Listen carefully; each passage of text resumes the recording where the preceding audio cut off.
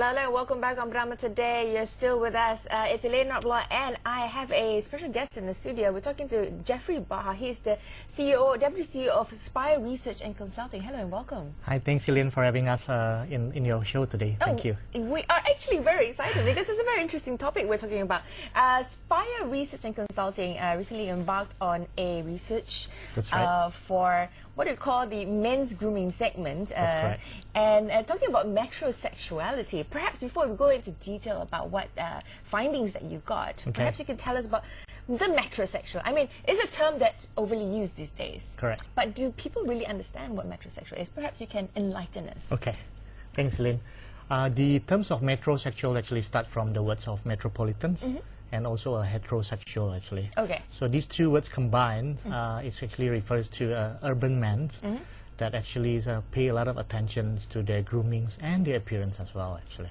Okay. And that's how it started actually. Right. And based on that, why the research based on this? Okay. Apparently, you guys have created I don't know whether this is a new segment, but you went into in-depth findings to find out a little bit more of this target audience. Correct. So perhaps you could tell us why do you guys decide on this topic? Sure. Actually, like we mentioned earlier, actually the topics of metrosexual, it's not a new term actually. Yeah, it has been used for the last 2 decades. And it started in the Western countries. It started by Mark Simpsons. Yeah. And that term actually has already been the focus of many of the businesses and leading brands targeting the men's sections actually. But what is interesting is in the last decade, especially in the last 5 years, we can see that actually it's time for the emerging markets, Asia and the other global emerging markets countries, to steal the show actually of the men's grooming sectors actually. It has been coming up, and I have noticed that a lot of men are paying a lot more attention, and I would say sometimes more vain than women at times. You know, I don't know. Okay, well, this research, was it something that was commissioned, or was it something that you guys decided to do on your own? Yeah, no, it's not a research done for our clients, but actually we spot that this is a sector that is actually increasing actually, and it's time, like I mentioned earlier, it's time for Asia to steal the show. In the last 5 years, we see the changings of men's behavior in shoppings.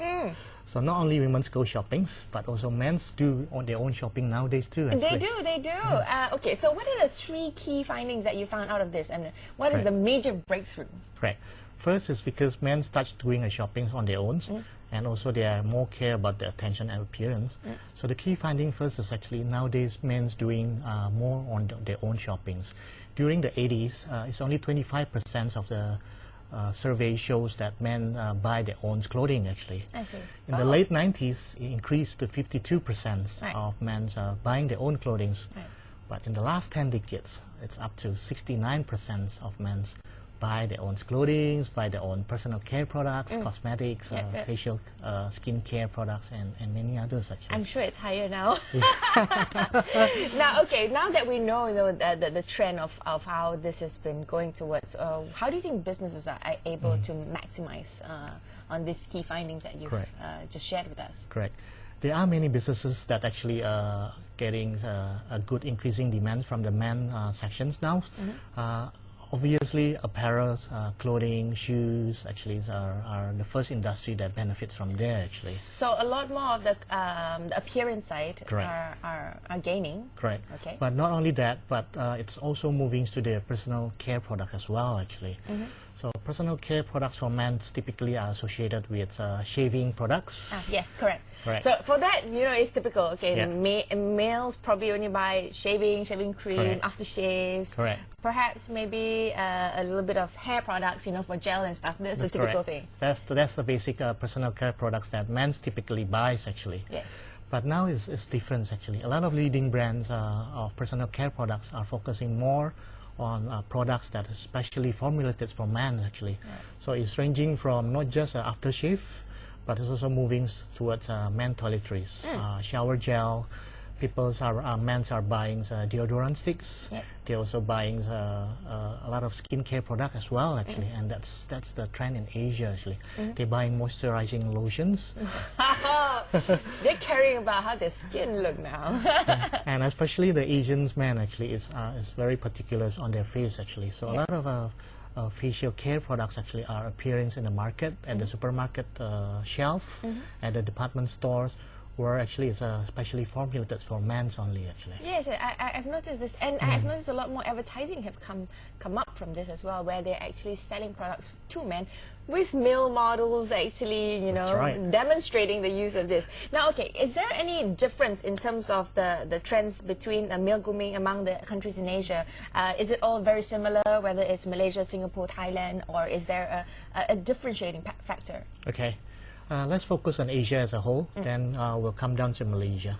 So in Asia, Japan and South Korea are usually the more advanced men's grooming sectors actually. So there has been a lot of products formulated for men's in Japan and South Korea actually. But recently in the last 5 years it's moved towards other countries, China, India, and particularly Southeast Asia actually. And yes, Elaine, there's a lot of variations between products that is sold well in each of the countries. Right. In China, you can see that a lot of middle-aged people are increasing as part of the populations. So the products for the men are more towards the anti-aging products. Actually. Okay. So not too far from women. That's right. Similar with women, they like to remove a little bit of wrinkles on the eyes. They want to look good, even though they're aging. Okay, all right. Some hyperpigmentation on the skin, so they don't want that to show up on the face. And a lot of anti-aging products, including ingestive products as well. Like health supplementary products that's formulated for men as well, actually.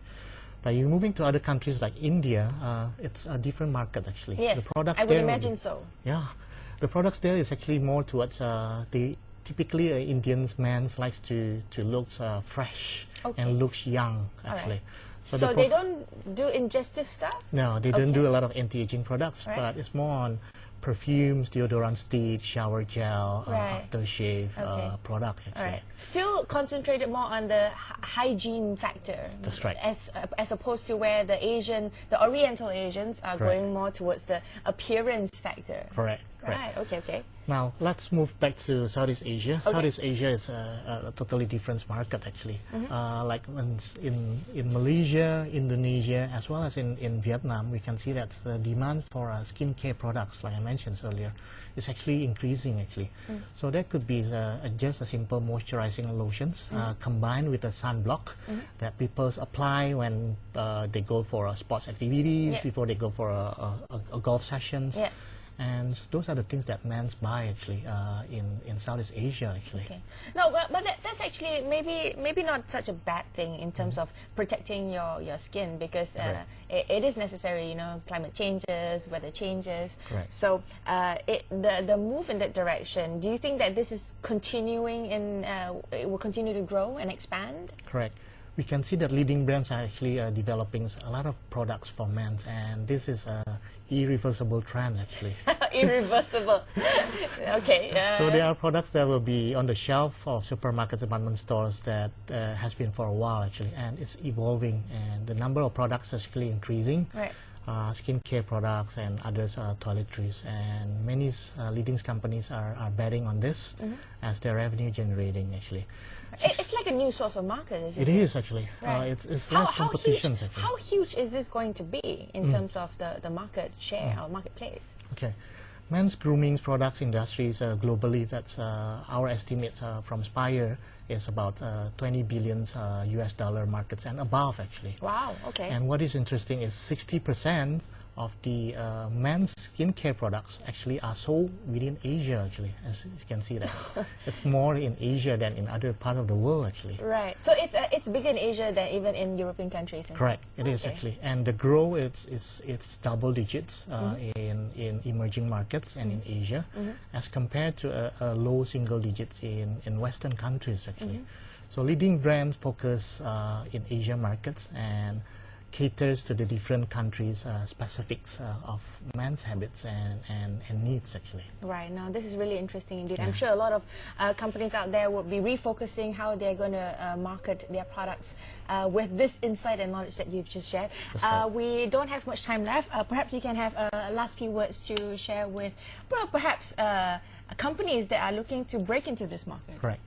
focus on your target age groups as well as your abilities to adapt to the quickly changing men's behaviors. I think that's the two success tips for a company that is focusing on men's grooming industries. There you go. Thank you very much, you. Jeffrey, for sharing with us.